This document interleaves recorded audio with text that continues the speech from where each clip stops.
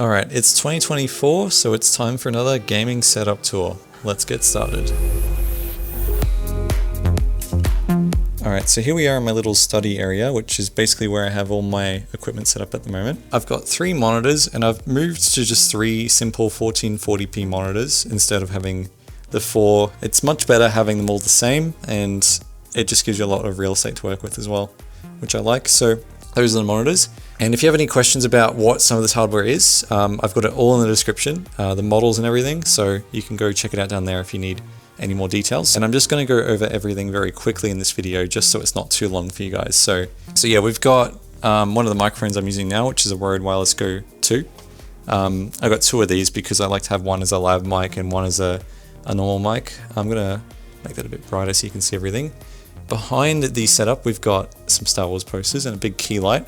If I turn this on, you can probably actually see what's on the desk, which is a bit better. You can also see it's a bit dusty because I'm very bad at keeping it clean, at least at the back. This is a standing desk. This is a Secretlab Magnus Pro XL, and it fits right into my space pretty well. When I'm not using anything, I put it in the chair and I raise it up, but when I'm gaming, I just set to Profile 2, and it all lowers down as one big desk. Just like that. It's very nice.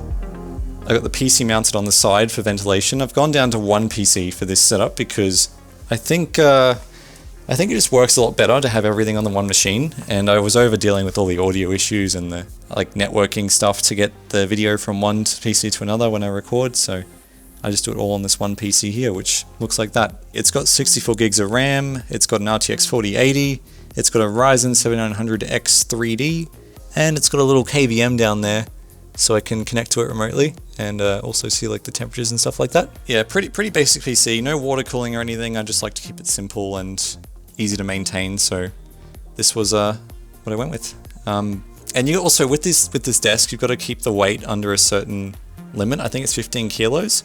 So this just fits under that with this case and these parts, so it actually works pretty well. Over here we've got the subwoofer for my speakers, which I've still got these little Logitech Z623s. I want to get some proper like studio speakers, like studio monitors. So eventually I'll probably change to something else. Cables here are a bit messy because I've got some stuff charging right now, but you know, I've got 2 Ethernet ports, which is enough for the KVM and for the PC, and a bunch of power down there. I got the Go XLR right here, which is one of my favorite little pieces of equipment. It's got all these faders which you can adjust to do different things and different audio routing and effects and all that. It's really cool, and I've got some profiles on here too. So if I want to play Switch, I can just change it to Switch like that. PC, depends what I want to do, and I can just have all my audio set up like that.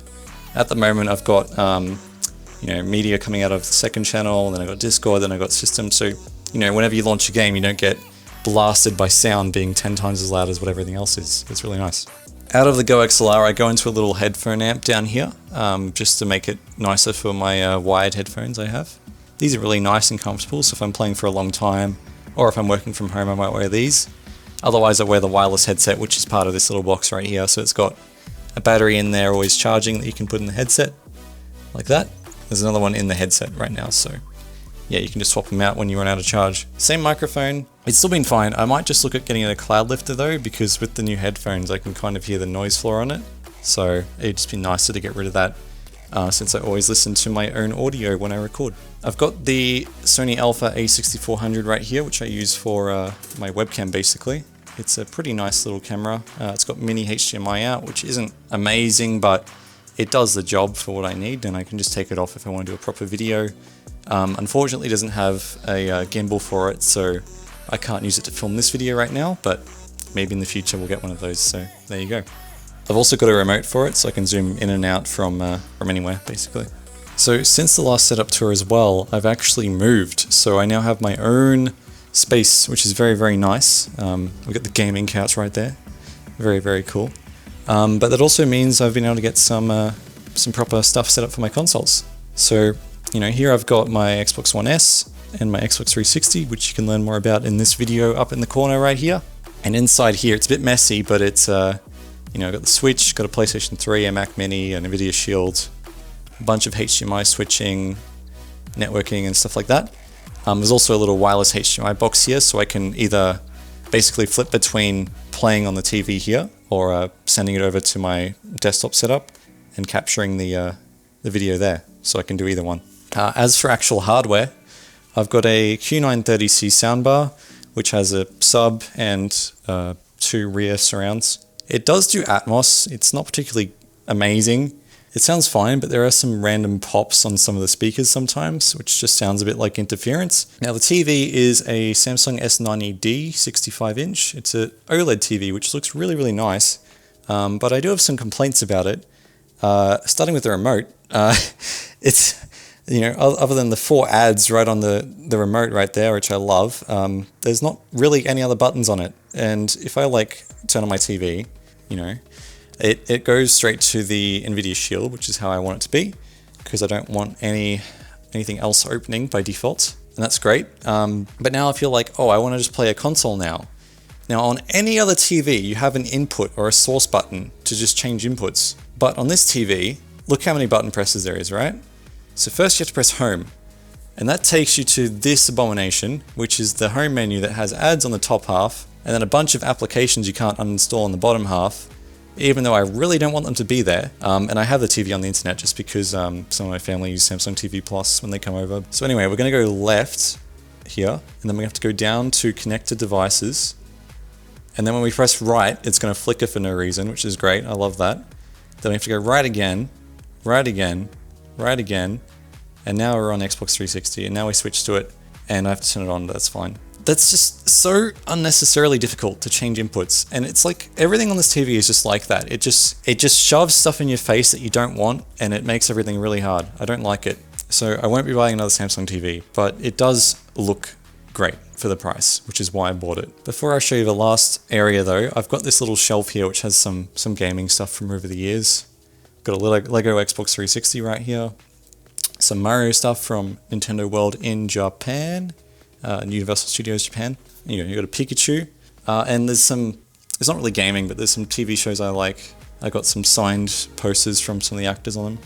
Anyway, last little thing, if we head over into the kitchen, we have this little 2 vents right here, which kind of look very unsuspecting until you open them, because inside we have a network rack, which has a unified Dream Machine Pro, a unified 24-port switch, a patch panel to all the rooms and everything, and we have 3 little Dell mini Optiplexes, which run a few different VMs, including the Minecraft server and some of the media stuff for the Plex server I have. We've got the Synology disk station right here, which has about 100 terabytes on it at the moment.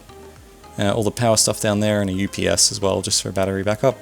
It's all cooled by some Noctua fans, which do a great job of keeping it nice and quiet. I do want to upgrade this to a 24-port 2.5 gig UniFi Enterprise switch, and that also has the ports kind of like this, like in one big row instead of just on one side.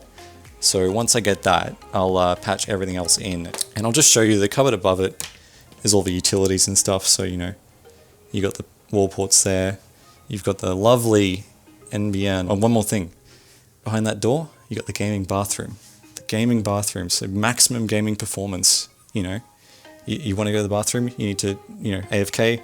You don't even have to go that long, you just walk right there, open the door, do your thing, and you're right back. So yeah, that's the setup. In terms of other little things, there is like a green screen and a tripod and some other lights in that bedroom right there that I hide away. Guitar Hero controllers down here, so the one I got from Japan, and the Riffmaster.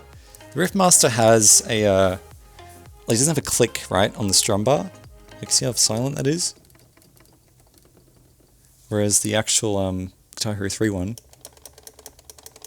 it's much nicer to play on. I really think the Riffmaster, it could have been better. It's good to have something that we can still play Guitar Hero with or Clone Hero with, and it still kind of be supported. So I'm glad that it exists, but I do like the old controllers a bit better. It's just my preference. One other thing, I've got a little MikroTik map light here, which is not plugged in at the moment, but this just is basically all this does is it connects to my phone's hotspot and converts it to Ethernet, and then it goes back to the rack over there. And that's just so that I can basically have a backup internet connection for the whole house. So if like my fiber goes down, I can just be like, hey, turn on the hotspot, and that will connect and it will power everything. Oh, and there is a little wireless access point right up there. It's a U7 Pro, I think. Just a regular U7 Pro. So it does Wi-Fi 7 and it does, you know, symmetrical gig at the moment because I only have a gigabit switch, but if I get a 2.5 gig switch, it should do a bit better than that, which will be nice. But yeah, that's going to be the end of this video. Hopefully you guys enjoyed it. Leave a like and subscribe if you want to see more like this. You can also join the Discord, which I've got open right here. And we hang out in there sometimes, so you could join the VCs and ask some questions or do whatever you want. But yeah, that's basically everything. So thanks much for watching, and I'll see you in the next video. Goodbye.